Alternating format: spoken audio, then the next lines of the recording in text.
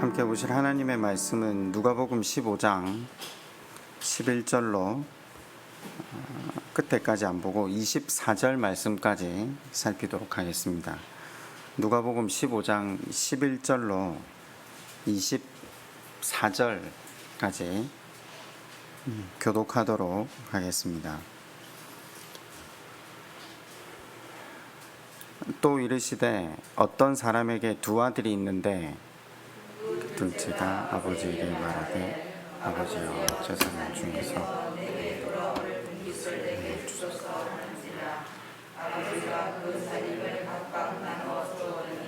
그 후 며칠이 안 되어 둘째 아들이 재물을 다 모아 가지고 먼 나라에 가 거기서 허랑방탕하여 그 재산을 낭비하더니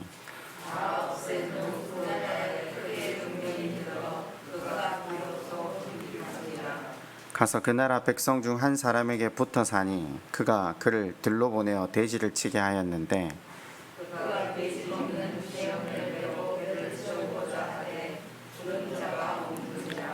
이에 스스로 돌이켜 이르되 내 아버지에게는 양식이 풍족한 품꾼이 얼마나 많은가 나는 여기서 주려 죽는구나.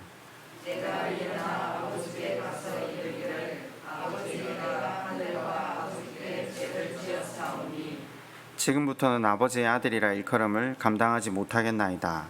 나를 품꾼의 하나로 보소서 하리라 하고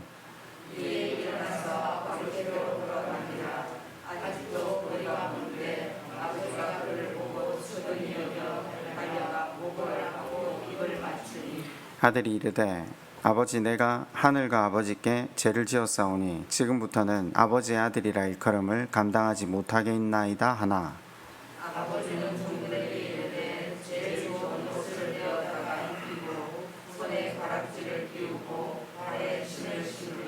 그리고 살찐 송아지를 끌어다가 잡으라 우리가 먹고 즐기자.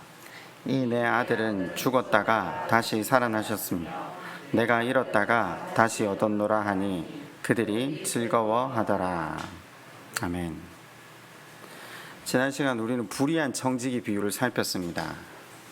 세상 사람들도 내일을 준비하기 위해서 수단과 방법을 가리지 않는데 하나님의 자녀들인 너희들이 하나님께서 주신 하나님 나라를 이루어가기 위해 과연 깨어 준비하고 있느냐라는 예수 그리스도의 말씀이었습니다. 하나님 나라를 이루어 가라라는 것이 복음서의 주제라는 것을 우리가 지난 시간 함께 생각해 보았죠. 요즘 가정에서 성경 읽기를 본의 아니게 이렇게 아이들과 함께 하는 경우가 있습니다. 아이들이 하루에 2장 읽는 성경을 옆에서 같이 듣고 읽다 보니까 근데 드라마 성경이 주는 유익함이 꽤 있습니다. 아이들이 굉장히 직관적이잖아요. 읽을 때는 질문을 잘 하지 않다가 들을 때는 질문을 곧이어서 합니다. 저희 집 첫째가 지난주에 이렇게 질문을 했다고 했잖아요. 구하면 주고 찾으면 찾고 두드리면 열린다. 아빠 기도는 모든 소원을 들어주시는 거예요? 제가 그 기도가 어디에 걸리고 있는지 문맥을 한번 설명을 의도적으로 드렸습니다. 문맥이 중요한 건요.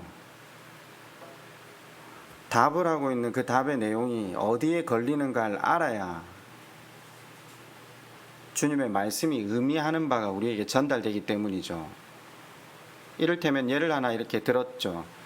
제가 우리 아이들한테 이렇게 말합니다. 너가 100점을 맞으면 아빠가 선물을 하나 사줄게. 무엇이든 네가 원하는 대로. 전제가 뭐죠?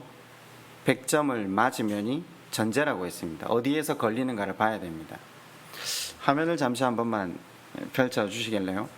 제가 지난주에 그 기도의 말씀이 어디에 걸린다라고 했죠?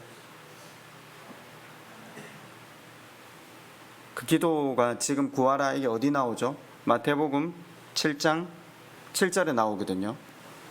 보세요. 7장 7절이 산상설교잖아요. 산상설교의 주제가 뭐라고요? 하나님 나라를 이루는 것, 그죠? 구원받는 방법, 하나님 나라 이루는 것. 그러면 지금 마태복음, 제가 지금 말씀을 서두에 시작할 때 복음서의 주제가 뭐라고 했죠? 하나님 나라, 구원받는 방법, 그죠? 마태복음 전체 주제는 뭐겠습니까? 하나님 나라를 이루는 방법, 구원받는 방법, 그죠? 굉장히 구조가 단순해요. 그런데 마태복음은 인클루지브 구조거든요. 중요한 주제를 가운데로 몰아넣지만 계속해서 그 주제를 반복하고 있죠. 주제가 뭐죠? 강론이라고 했지만 이거 가르침이거든요. 이야기라고 해놨지만 이게 설명이에요. 뭐에 대한 가르침이죠? 전부 다 하나님 나라, 하나님 나라를 이루는 것. 제일 중요한 것 마태복음 13장 비유 8개가 나오잖아요. 사실은 이미 비유 8개는 설명을 드렸어요. 하나님 나라를 이루는 방법 8가지. 그러니까 사실 마태복음 전부 다 하나님 나라를 이루는 방법에 대해 설명을 해요. 그런데 하나님 나라를 이루기 위해서 특별히 예수님께서 산상설교를 통해서 뭐라고 설명하셨죠? 자기를 부인해야 한다. 상한 심령이 되어야 한다. 왜요? 내 기준, 내 가치대로 살아서는 하나님 나라를 이룰 수 없다. 하나님의 말씀의 논리를 따라 살아야 된다. 근데 그게 쉽습니까? 예수님처럼 예수님도 자기를 부인하시고 하나님 뜻을 온전히 순종하시기 위해서 뭘 하셨죠? 기도하셨어요. 기도만이 하나님 나라를 이루어갈 수 있는 유일한 방법이다. 왜? 하나님께서 그 기도를 반드시 응답하실 것이기 때문이다. 구하면 반드시 준다. 두드리면 열린다. 찾으면 찾을 것이다. 똑같은 선상에서 마태복음 21장 21절에 이런 말씀이 나옵니다. 이 산더러 들려 바다에 던지라 하여도 될 것이요 너희가 기도할 때 무엇이든지 믿고 구하는 것은 다 받으리라 하시니라. 그럼 이제 뭔가 좀 와닿으십니까? 너희가 구하면 믿고 구하는 건 무엇이든 다 받으리라. 어디에 걸리죠? 이 구조 가운데 전부 다 뭐를 위해서 마태복음 기록되어 있다? 하나님 나라 구원을 이루기 위해서. 그런데 하나님 말씀을 온전히 순종하고 사는 게 너무 어렵고 하나님 나라를 내 삶에 당겨와서 섬김과 희생으로 사는 게 어려우니까 뭘 해라? 기도하라. 기도하면 반드시 구하는 그것을 받을 수 있다. 어디에 걸립니까? 시험 100점 맞으면 여기에 걸립니다. 굉장히 명쾌합니다. 여기는 이렇게 해석되고 저기는 저렇게 해석될 수가 없습니다. 비유가 이 안에 다 들어있거든요. 주제는 뭐라고요? 하나님 나라를 이루는 방법입니다. 이제 화면 좀 꺼주셔도 됩니다. 하나님 나라를 이루는 방법이 우리는 이제 소위 신학적 용어로 이야기하면 복음이라고 이야기를 하죠. 그죠? 복음은 다른 말로 표현하면 하나님이시잖아요. 하나님의 마음, 우리를 향한 하나님의 계획, 그게 복음이지 않습니까? 제가 하나 여쭈어보고 시작을 좀 할까 해요. 여러분 복음을 아십니까?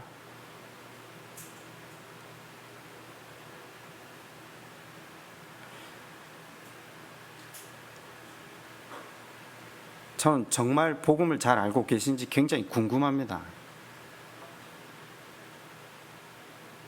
우리가 얼마나 복음과 대치되는지, 우리의 가치와 기준이 얼마나 복음과 뭔지, 이 복음에 대해 설명하는 이 몇 시간을 통해서 하나님의 마음에 좀 가까워지는 시간이 되었으면 좋겠습니다.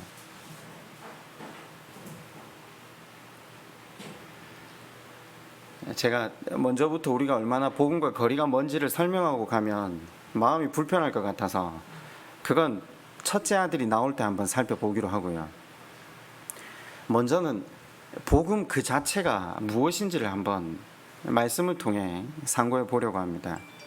여러분 오늘 비유는 흔히 뭐라고 제목을 갖다 붙입니까? 탕자의 비유라고 제목을 갖다 붙입니다. 성경의 주인공은 하나님이십니까? 사람입니까?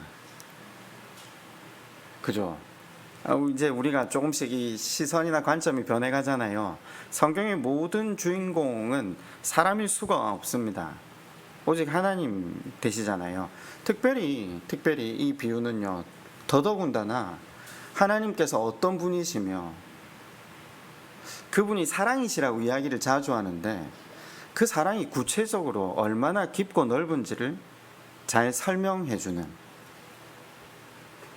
제목을 바꾸어 답시다. 제목을 바꾸어 답시다. 앞으로 이 비유가 나오면 탕자의 비유라고 하지 말고 아버지의 끝없는 사랑, 아버지의 끝없는 사랑, 이렇게 비유를 좀 제목을 바꾸어서 본문을 보면요, 본문의 주제가 정확하게 와닿습니다. 사실 제목을 어떻게 붙이느냐에 따라서 관점이 바뀌지 않습니까? 이 비유가 우리가 불의한 청지기를 살피다 보니까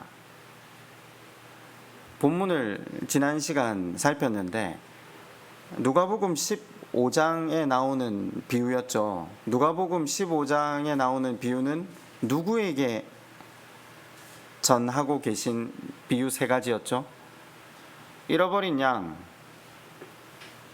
잃어버린 동전, 그리고 오늘 나오는 탕자의 비유, 그죠? 이 세 가지 다 누구에게 전하시고 계신 비유였죠? 바리새인, 서기관. 15장 1절로 한번 가보시겠습니까? 모든 세리와 죄인들이 말씀을 들으러 가까이 나오니 바리새인과 서기관들이 수군거려 이르되 이 사람이 죄인을 영접하고 음식을 같이 먹는다 하더라. 그러니까 바리새인과 서기관들에게 드신 비유인데 이 사람들도 예수님을 따라다니네요. 그죠?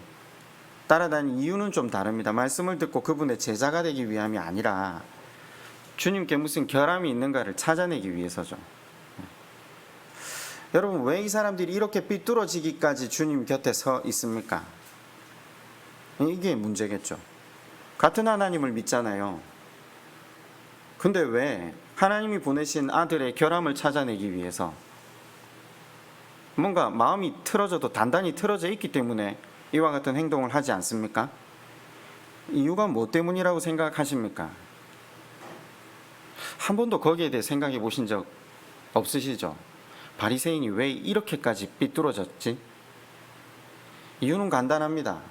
자기가 생각하는 하나님과 예수님이 전하는 하나님이 달랐기 때문입니다. 바꾸어 말하면 신학이 달랐기 때문입니다.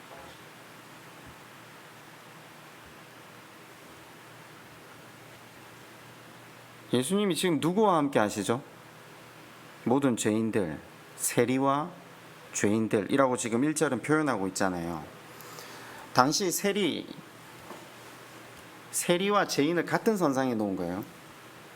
이스라엘 사람들에게 무시를 당하던 사람, 이스라엘 사람들이 부정하게 여기던 사람, 그죠? 여러분, 그러면 부정하다라는 걸 성경이 여러 가지 측면에서 이야기를 하는데 가죽수성공은 부정한 사람이에요. 그죠? 왜죠? 율법의 시체를 만진 자는 부정하기 때문이라고 했거든요. 율법이 왜 부정하다라고 했죠? 부정한 것은 죄지음이나 죄인을 뜻하는 것이 아니라, 그죠? 제가 그랬잖아요. 레위기 율법이 우리에게 기록되어서 주신 이유는 우리의 생활의 질서와 편안과 아름답게 살게 하려고. 옛날 사람들은 박테리아나 바이러스나 몸의 상함을 모르니까 그걸 부정과 정함으로 표현하셔서 그렇게 더러워지면 씻어라. 그리고 제사장에게 보이고 다시 마을로 들어가라. 주로 그런 거였잖아요. 근데 여기서 그 율법을 의도를 잘못 해석한 바리새인들은 부정한 건 죄인, 정한 건 의인, 이렇게까지 간 거죠. 그래서 우리 복음서에도 나오지만 무두쟁이, 가죽수성공들은 그 누구도 가까이 하지 않으려 하는 부정한 사람, 한 걸음 더 나아가 죄인으로 취급했다라는 거죠. 부정한 사람은 만나서 식사를 해야 됩니까? 하지 말아야 됩니까? 당연히 하지 말아야 돼요. 죄인이잖아요. 이게 복합적인 이스라엘 사람들이 가지고 있는 개념이에요. 근데 예수님은 이런 죄인들을 만나 하십니다. 이상한 거 없죠, 우리한테는요. 그죠? 근데 이스라엘 사람들한테는, 그 율법 가운데 살아가는 사람한테는 이게 이해가 안 되는 거죠. 주님 한 걸음 더 나아가 이들과 식탁의 교제를 나누십니다. 바리새인과 서기관들이 왜 주님을 못마땅해 했다고요? 자기들이 가지고 있는 하나님에 대한 인식과 예수님의 말씀이 달랐기 때문이라고 했잖아요.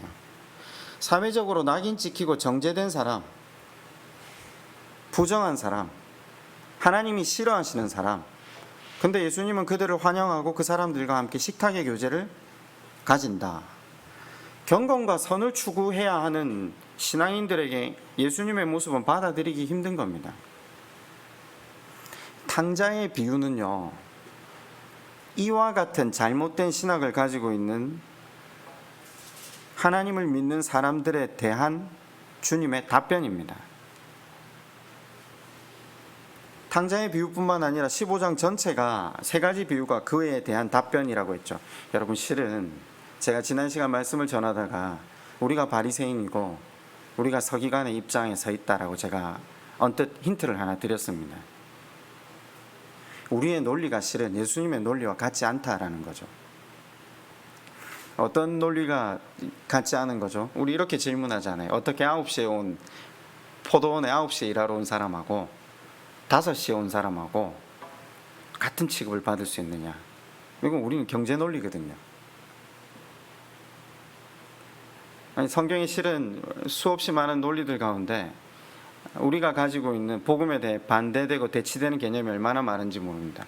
어떻게 일평생 주님을 위해 살아간, 주님을 위해 섬기고 희생하고 선을 행하고 경건한 삶을 산 사람과 죽기 직전에 겨우 주님은 나의 구원자십니다 고백해서 구원받은 사람하고 똑같이 취급받을 수 있다는 말입니까? 질문 자체가, 부끄러운 구원이라는 단어를 쓰는 것 자체가 복음에 대한 개념이 전혀 없다는 겁니다. 같은 죄인입니다.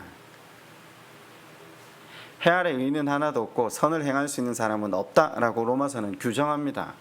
같은 죄인입니다. 바리새인과 서기관이나 자기가 죄인이라고 생각하는 세리나 창기나, 그러니까 한쪽은 죄인인 줄 모르는 죄인이고요, 한쪽은 죄인인 줄 아는 죄인이라고 여러 번 말씀을 드렸습니다. 그래서 주님이 누구를 만나러 오셨다고요? 누구를 만나러 오셨다고요? 죄인을 만나러 오셨다고요. 죄인인 줄 모르는 죄인은 만날 수가 없다고요. 누구의 친구라고요? 죄인의 친구라고요. 자기가 강도 만난 자라는 사실을 알지 못하면 주님을 만날 수 있는 방법이 없다고요.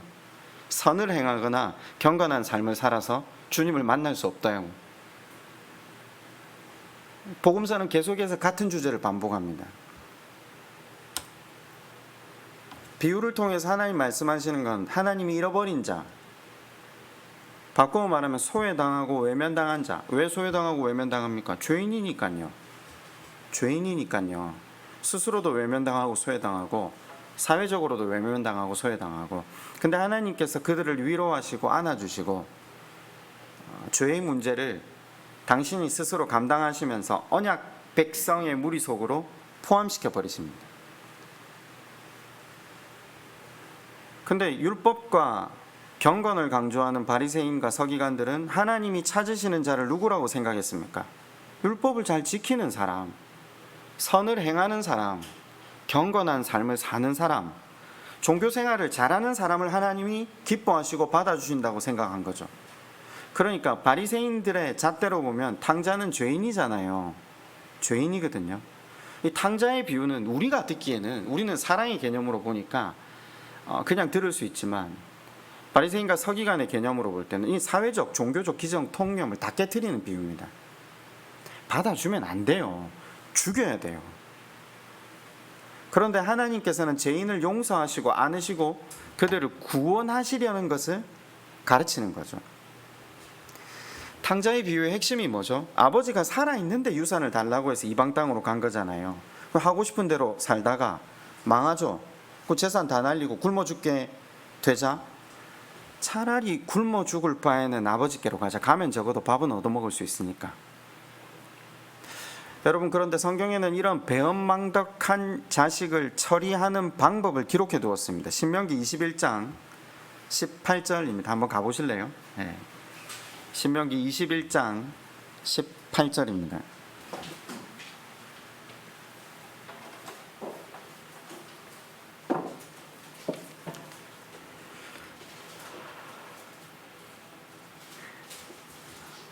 신명기 21장 18절로 21절인데 제가 읽어 드릴게요. 사람에게 완악하고 패역한 아들이 있어 그의 아버지의 말이나 그 어머니의 말을 순종하지 아니하고 부모가 징계하여도 순종하지 아니하거든 그의 부모가 그를 끌고 성문에 이르러 성읍 장로들에게 나아가서 그 성읍 장로들에게 말하기를 우리의 이 자식은 완악하고 패역하여 우리 말을 듣지 아니하고 방탕하며 술에 잠긴 자라 하면 그 성읍의 모든 사람들이 그를 돌로 쳐 죽일지니 이같이 내가 너희 중에서 악을 제하라 그리하면 온 이스라엘이 듣고 두려워하리라. 자, 어떻게 하라고요? 네. 율법은 하나님을 기쁘시게 하는 게 목적이 아니라 우리의 질서와 우리의 편안을 위해서 사람답게 살아갈 수 있도록 최소한의 규정을 마련해 두신 겁니다. 그러나 율법의 정신에 목적을 이해하지 못하면 율법에 매여 살게 된다. 우리를 행복하게 하려고 주신 법이잖아요. 하나님께서 법대로 처리하시는 분입니까? 하나님은 법은 그렇게 두셨지만 하나님 목적은 뭐라고요? 법을 주신 이유가 우리를 행복하게 하려고요. 우리를 사람답게 살려게, 우리를 생명답게 살게 하는 게 하나님 목적이잖아요. 탕자가 귀가했을 때 자, 그 아들을 그러면 법대로 처리하십니까?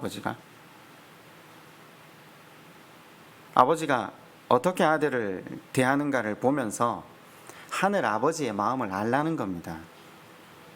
바리새인과 서기관들에게.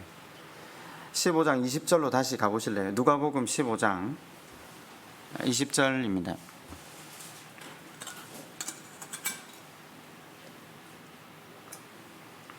우리 한번 같이 읽어볼까요? 자, 시작. 이에 일어나서 아버지께로 돌아가니라. 아직도 거리가 먼데 아버지가 그를 보고 측은히 여겨 달려가 목을 안고 입을 맞추니. 누가 달려갔죠? 아버지가 달려가요. 아버지가 달려가요. 왜요? 기다렸기 때문이죠. 거리가 먼데 아들을 알아보네요. 여러분, 아버지가 달려감의 의미가 뭐죠? 몇 가지로 한번 살펴볼까요? 첫 번째는 아들을 보호하기 위함이겠죠. 방금 말씀드린 대로 온 동네가 다 알잖아요. 살아있는 아버지의 유산을 받아서 이방으로 떠났다. 저 율법 조문에 의하면 장로들한테 물어볼 것도 없이 보는 사람이 쳐 죽여도 돼요. 그러니까 동네 사람들에게 이 아이가 먼저 보이면 돌에 맞잖아요. 그래서 부모가 먼저 보고 장로에게 데려가서 이야기를 하면 보호를 받을 수 있지만 동네 사람들이 보면 따지고 자시고 할 것도 없이 율법 조항을 따라 처리할 게 분명하거든요. 아버지가 달려갔다는 건 자신이 이 아들을 사랑한다는 것을 공적으로 드러내는 겁니다.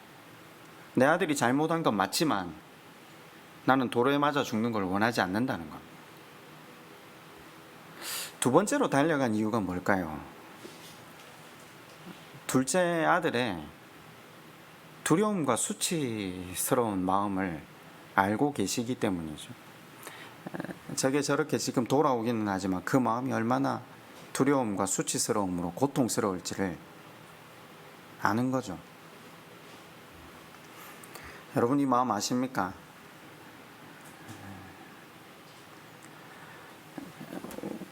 시내가 교회 다음 세대 아이들도 그렇겠지만 되게 많은 예수를 믿는 사람들이 곧바로 하나님만 최고의 가치라고 여기는 사람이 누가 있습니까? 대부분 다들 탕자처럼 세상에서 돈 많이 벌고 성공하는 것 자체를 목적 삼잖아요. 그걸 위해서 하나님을 수단 삼고요. 근데 많은 시간이 흘러 돈도 내 생명을 지켜주지 못하고 성공도 내 삶을 온전하게 하지 못하구나. 인생에게 참 평안을 가져다 주는 건 사람들의 인정이 아니라 하나님과의 관계밖에 없구나. 하나님 외에는 믿을 사람이 없구나. 믿을 분이 없구나. 아버지 없이 이 땅을 살 수 없구나. 죄인 말 듣는 게 싫고 말씀 순종하는 게 싫어서 아버지 품 떠났는데 그 아버지 안에 거한다는 것이 얼마나 복된 일인지 드디어 깨닫고 돌아오겠죠. 근데 그 돌아오기까지가 얼마나 그 마음이 죄송하고 수치스럽고 두렵겠습니까? 하나님 손에 다시 자신을 맡기기 위해 터덜터덜 걸어와야 하는 그 마음. 마찬가지죠. 이 탕자도 그런 거죠. 살아계신 아버지께 유산을 받아서 나왔던 아들이 무슨 염치가 있겠습니까? 용기는 내었지만 이 사람은 자기 논리로 아직 살아가잖아요. 아버지 마음 전혀 몰라요. 안 그렇겠습니까? 하나님이 어떤 분이신지 몰라요. 적어도 살아있는 아버지한테 유산을 내어서 그걸 가지고 돈을 목적 삼았던 인간이라면 아버지와 무슨 교제가 있었겠습니까? 당연히 노한 아버지가 나를 때려 죽이진 않을까 걱정됐겠죠. 장로들이 판단해서 동네 사람들이 어떤 식으로 나올까. 사실 이 돌아가는 길은 목숨을 걸고 돌아가는 길이에요. 어차피 여기서도 죽고 저기서도 죽으니까 차라리 이쪽에서 죽는 게 낫다 싶어서 가는 거잖아요. 그 두렵고 수치스러운 마음을 아시기 때문에 아버지가 아들에게 달려가는 겁니다. 뭘 들고 달려가시죠? 자비, 용서, 사랑. 굉장히 이스라엘과 우리나라가 좀 닮아 있는 부분이 하나가 있는데, 이 당시 이스라엘의 관습도 어른은 달리지 않습니다. 품위를 떨어뜨리기 때문이죠. 우리나라 양반들처럼요. 굉장히 사회적으로 종교적으로 파격적인 비유라는 거죠. 아버지가 뭘 들고 달렸다고요? 용서와 자비, 사랑. 측은히 여겼다. 측은히 여겼다. 그동안 쌓였던 분노를 터뜨리시면서 괘씸한 놈이라고 말씀하지 않으시고 아들을 만나자마자 제일 먼저 행하신 일이 본문은 뭐라고 밝히고 있습니까?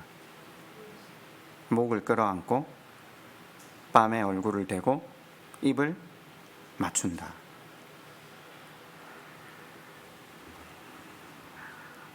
여러분, 우린 예수님을 믿습니다. 그죠? 그 예수님을 누가 보내셨죠? 하나님이 보내셨거든요. 근데 많은 분들이 하나님을 무서운 분으로 생각해요. 구약의 율법의 의미를 모르니까 하나님은 늘 엄하신 분으로, 그러니까 매 안 맞으려고 신앙생활하고 두려움으로 하나님을 바라볼 때가 많아요. 여러분, 그런데 이 비유는 제자들에게 주어진 비유가 아닙니다. 누구에게요? 바리새인과 서기관, 소위 하나님을 잘 믿으려고 선한 삶, 경건한 삶을 살아가려고 애쓰는 그들에게 하나님이 어떤 분이신지, 진정한 하나님의 사랑이 어떤 사랑인지를 예수님이 소개하려고 하는 겁니다. 하나님은 율법을 기준으로 사시는 분이 아니라 하나님은 사랑이라고. 우리 하나님 부르긴 그렇게 부르잖아요. 하나님 율법이라고 부릅니까? 하나님 사랑이라고 부릅니까? 사랑이라고 부르잖아요. 탕자의 비유, 아니 아버지의 끝없는 사랑, 이 비유는요, 죄인에 대한 하나님의 입장과 태도를 보여주시는 모습입니다. 제가 아까 그랬잖아요. 우리가 얼마나 바리새인과 서기관과 닮아 있고 우리가 얼마나 하나님 복음에 대치되어 있는 사람들인가. 이 둘째가 살아있는 아버지에게 아버지 미리 유산을 좀 주십시오, 이런 정신없는 말을 했을 때 돈 안 주면 집에 머물 거 아닙니까? 그죠? 안 그렇습니까? 근데 하나님은 어떤 하나님이시라고요? 아들의 자유의지를 허락하신 하나님입니다. 이게 굉장히 중요합니다. 우리에겐 자유의지가 있다니까요. 물질도 주십니다. 자유의지를 제한하고 당신이 원하시는 길로만 가게 하는 분이 하나님이 아니시라는 겁니다. 선택하게 하는 거죠. 그래서 불의한 청지기 비유를 통해 너희가 세상을 선택할래? 너희 중심으로 살래? 나와의 관계를 선택할래? 관계는 자유의지 안에서만 형성이 가능하거든요. 자유 안에서만 사랑이라는 단어가 존재할 수 있는 거죠. 억지로 하면 관계가 생기지 않거든요. 그러면서 하나님은 이 아들이 혹시나 오늘 올까? 내일이라도 올까? 한 달? 한 해? 얼마나 오래 기다리는지 모릅니다. 마치 우리 자녀들이 하나님 앞으로 돌아오길 기다리듯 하나님도 기다리시는 거죠. 근데 이제 아들이 찾아온 거죠. 남노한 차림의 아들이 보이기 시작했을 때 이 노년의 아버지가 사력을 다해 그 아들을 향해 달려갑니다. 저는 그런 생각 잠시 해봤는데, 하나님의 모습을 한 장의 그림으로 표현할 수 있다면 딱 이 장면이 제일 좋지 않을까요? 아들을 향해 사력을 다해 달려가는 노년의 아버지. 여러분, 그런데 탕자의 뷰는 여기 누가복음에만 나온 게 아니잖아요. 이스라엘이 구약 내내 이랬잖아요. 아버지의 재산을 창기와 삼켜버린, 그게 한두 번이 아니라 전과로 치면 이스라엘은 수백 번, 수천 번, 수만 번이거든요. 근데 하나님이 그 마지막 그들이 망하기 직전에 호세아서를 통해서 뭐라고 하십니까? 내 마음이 너희를 향해 긍휼이 불붙듯 하도다. 우리 이게 이해가 안 가는 거예요. 우리는 이걸 이해 못해요, 절대. 그런 하나님의 마음을, 선지자들의 마음을 통해 계속해서 보이셨는데도 불구하고 바리새인들 서기관은 하나님을 어떻게 알고 있죠? 경건하고 율법을, 선을 행하는 자를 하나님이 사랑하신다라고 가르치고 배웠습니다. 하나님은 거룩하신 분이기에 불순종하는 자녀들에게 진노하시고 그들을 가까이 하지 않으신다라고 배웠습니다. 예수님은 정반대의 것을 가르치는 겁니다. 그런 이유 때문에 바리새인들이 예수 그리스도를 배척하는 겁니다. 유대인의 가르침과 역행한다고 예수님을 십자가에 매단 겁니다. 예수님은 율법주의가 아니라 복음주의잖아요. 예수님이 누구를 위해 오셨다고요? 죄인들, 세상이 손가락질을 하고 무시하고 사람 취급하지 않는 그들을 영생으로 초대하려고, 그들의 친구가 되시기 위해 오셨다라는 거죠. 주중에 김주엽 집사님네 아이들 예성이하고 예윤이가 성경을 읽다가 이 장면에서 그랬대요. 죄인들과 바리새인, 죄인들 세리들과 식사하시는 예수님을 바리새인과 서기관이 비난을 했대요. 왜 죄인들과 밥을 먹냐? 그랬더니 예윤이가 그렇게 질문을 했대요. 엄마한테 왜 이걸 비난하지? 왜? 김혜민 집사님 이것저것 설명하다가 예윤이가 이렇게 대답을 했다고 하더라고요. 우리가 죄인인데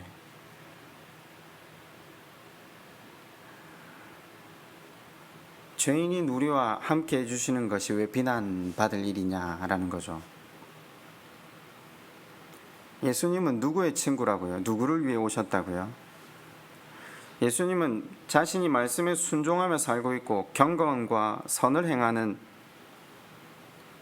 그래서 내가 하나님 앞에 신앙생활을 잘하고 있다고 생각하는 사람을 위해 오신 게 아니라 아무 쓸모가 없다고 생각하고 세상을 고통과 한숨 속에서 살면서 어렵게 나날을 보내며 하나님을 바라보는 자들을 위해 오셨다라고 하십니다.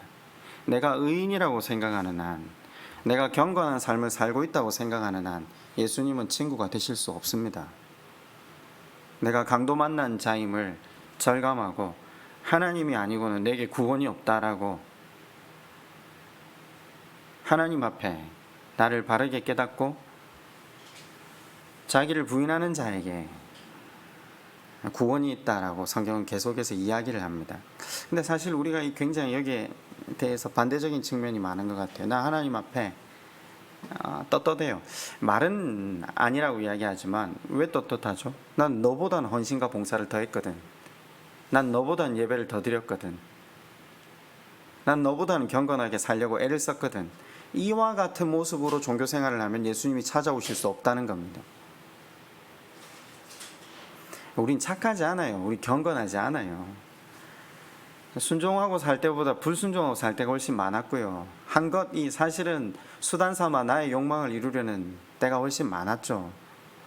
그런데 중요한 건요, 탕자의 아버지가 계신다는 사실입니다. 중요한 건 이 비유를 제자들에게 하는 것도 아니고 바리새인과 서기관에게 해주신다는 게 중요해요. 어떤 죄를 지었다가 문제가 아니라 하나님께로 향하기만 하면 용서하시고 새롭게 하시는 자비하신 하나님을 만난다라는 게 중요합니다. 말씀에 비친 인생들은 죄책감에 눌려 살 수밖에 없거든요. 죄책감에 눌려서 고개를 들어 하나님을 바라볼 때 내 아들아, 내 딸아, 우리를 안으시는 하나님, 그럴 수밖에 없어요. 지금 죄책감에 시달려 사는 게 자기 부인을 한 사람의 특징이에요. 맞잖아요. 15장 18절을 다시 가보실래요? 탕자가 자기 자신에 대해서 아버지와의 관계를 어떻게 생각하고 있는지 본문이 정확하게 이야기를 합니다. 내가 일어나 아버지께 가서 이르기를 아버지 내가 하늘과 아버지께 죄를 지었사오니 지금부터는 아버지의 아들이라 일컬음을 감당하지 못하겠나이다. 나를 품꾼의 하나로 보소서. 탕자는 자기 인식을 어떻게 하죠? 죄인, 아버지의 아들이라 불릴 수 없다. 가면 그냥 종의 하나로 취급해달라고 말할 작정이잖아요. 왜냐하면 죄책감에 사로잡힌 아들의 자기 평가, 자기 생각. 아버지께 죄를 지었잖아요. 재산 탕진하고 배신했으니까. 당연히 아들의 자격을 잃을 수밖에 없다고 생각하거든요. 잘해야 자격을 가질 수 있죠. 못하면 자격을 가질 수 없다고. 그래서 아버지의 용서를 받을 걸 기대하거나 믿지 않아요. 그죠? 종 중에 하나로 받아주셔도 감지덕지 하겠다는 거예요. 그러면요, 여러분, 아버지의 이 달려움과 눈물겨운 환영이 아들 입장에서 당황스러울까요? 당연한 걸까요? 당황스러운 겁니다. 그럼 뭘 못 믿죠? 못 믿어요. 아버지의 즉각적인 용서 못 믿는 거예요. 이게 바리새인의 신학, 율법주의의 사상. 아버지와 오래 같이 살았는데 아버지를 모르는 거예요. 아버지의 성품에 대한 이해가 없는 거예요. 이해도 못하고 깨닫지도 못하고 믿지도 못하는 거예요. 이 우리 아버지의 사랑이 얼마나 크시다는 걸 우리가 모르니까. 그런데 하나님은 여기서 한 걸음 더 뛰세요. 탕자, 당황하는 탕자, 믿지 못하는 탕자를 확신시키기 위해서 뭘 하시죠? 잔치를 여십니다. 잔치를 여십니다. 언제요? 본문 보시면 언제 하죠? 이 돌아온 이후에 얼마나 정신 차렸나, 말씀을 좀 순종하나 안 하나 보고 용서를 결정하시겠다 말씀하지 않아요. 껴안은 후에 즉시 잔치를 베푸세요. 하나님의 용서는 즉각적이고 완전한 용서라는 거죠. 내가 하늘과 아버지께 죄를 지었다? 이 하나님이 그 말에 반응을 보이시지 않아요. 본문 가만히 한번 보세요. 대꾸를 하십니까? 그래 알았다. 너 나중에 한번 보자. 반응하세요. 반응이 없어요. 지금 네가 말하는 건 네가 하는 행동을 보고 앞으로 내가 다시 말로는 인정할 수 없으니까 그런 말 자체가 없어요. 아들의 고백과는 전혀 무관하게 아들의 어떠함과는 상관없이 종들에게 뭐라고 하죠? 빨리 가서 잔치를 준비해라. 율법주의, 바리새인, 서기관의 신학에는 이런 신학이 없습니다.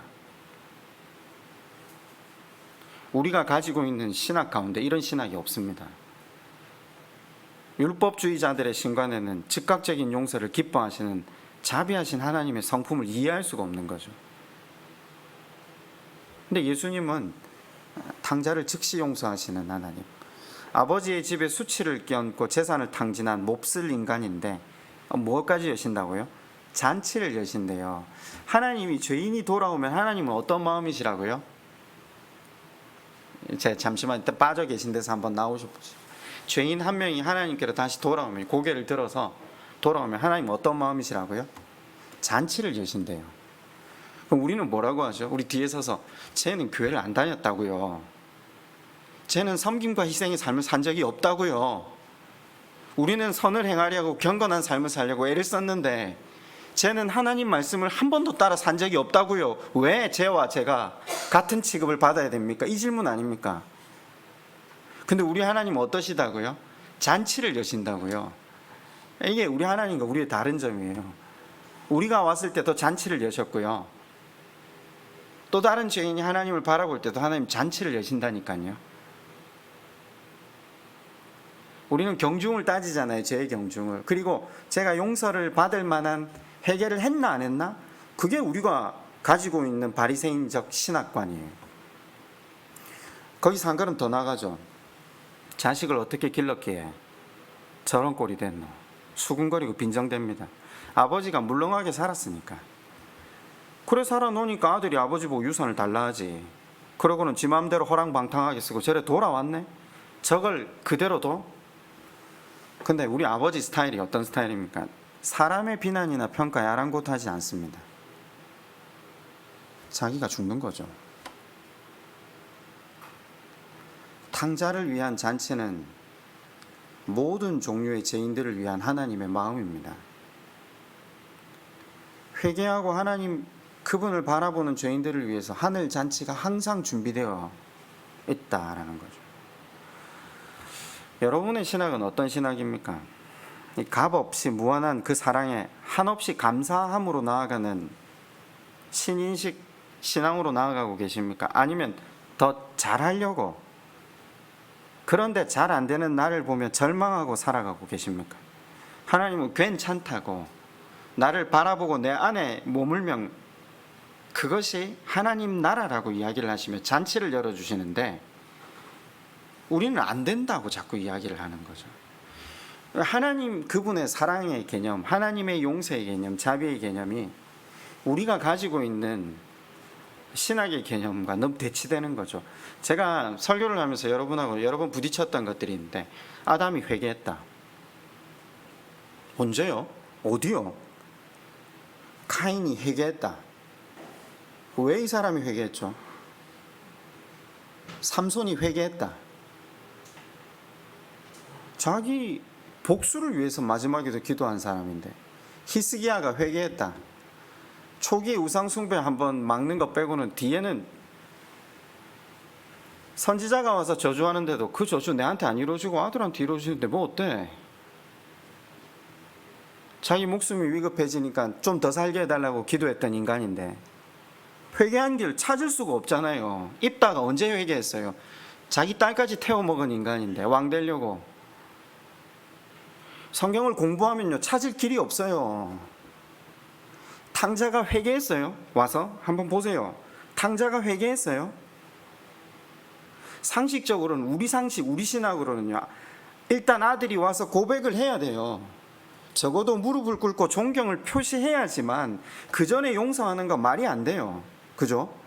근데 하나님의 신학은 달라요. 하나님의 복음은 달라요.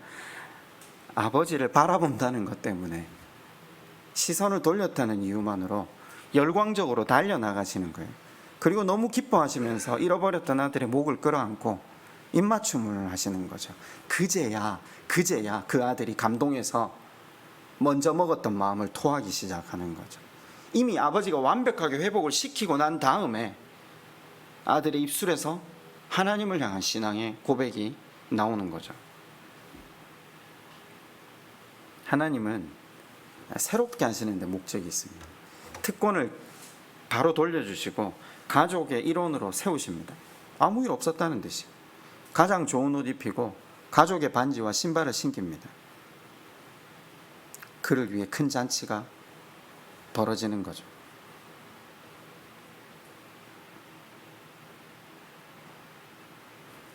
죄로 넘어졌다가 다시 하나님을 바라보는 모든 사람에게 보이시는 하나님의 반응, 이것이 복음입니다.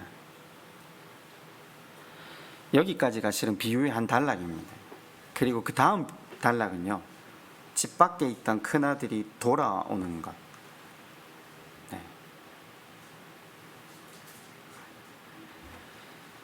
제가 이 비유를 이렇게 가만히 보면서 둘 다 죄인이라고 했잖아요. 큰아들도 죄인이고 작은아들도 죄인이잖아요. 우린 큰아들이 말씀대로 살았다고 착각하는데 아니요, 전혀 아버지를 모르고 사는 거죠. 네. 이제 우리가 이걸 표현은, 나는 아버지께 충성하고 산 삶에 대한 대가가 무엇이냐라는 질문을 하는 걸 통해 큰아들이 자기 인식을 전혀 못하고 있다는 사실을 우리가 볼 수밖에 없는 거죠. 나는 말씀대로 살려고 늘 섬기고 희생하고 충성하고 살았는데 그런 저를 위해 염소 한 마리 잡아 잔치 베푸신 적이 있냐? 무슨 말입니까? 아버지는 내가 살아온 충성이 빚지고 있다는 거잖아요. 여러분, 하나님 나라는요, 우리가 9시에 와서 일을 하던 새벽 6시에 와서 일을 하던 우리의 그 어떤 근거로도 거기에 일도 더할 수 없는 나라입니다. 이 큰아들은 분명하게 말합니다. 둘째를 뭐라고 하죠? 당신의 이 아들. 내 형제라고 말 안 합니다. 재산을 탕징한 그놈. 하나님은 지으신 인생이 한 명이라도 돌아오면 죽음으로부터 생명으로 구원받은 그 일에 대한 기쁨과 감사로 축하 잔치를 벌리는데, 집 나갔던 아들이 집 안으로 들어온 반면 맏아들은 바깥쪽에 가서 앉습니다.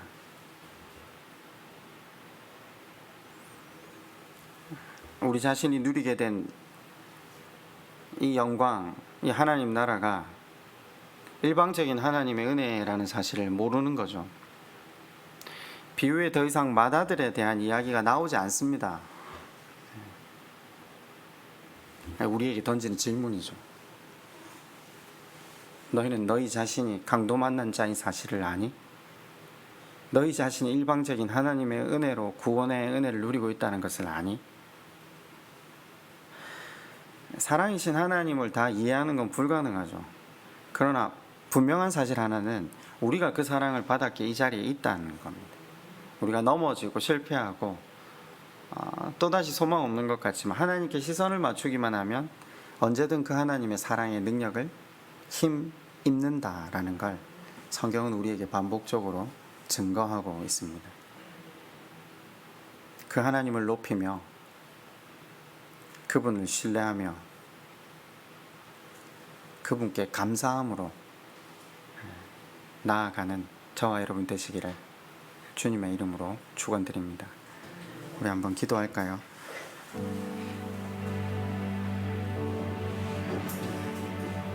우리 안에 복음과 무관한 신학 기준, 가치 생각들이 얼마나 많은지 모릅니다.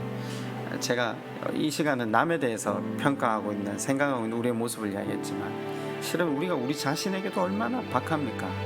그렇게 살아선 신자가 아니야. 그렇게 살아선 하나님 기쁨이 될 수 없어.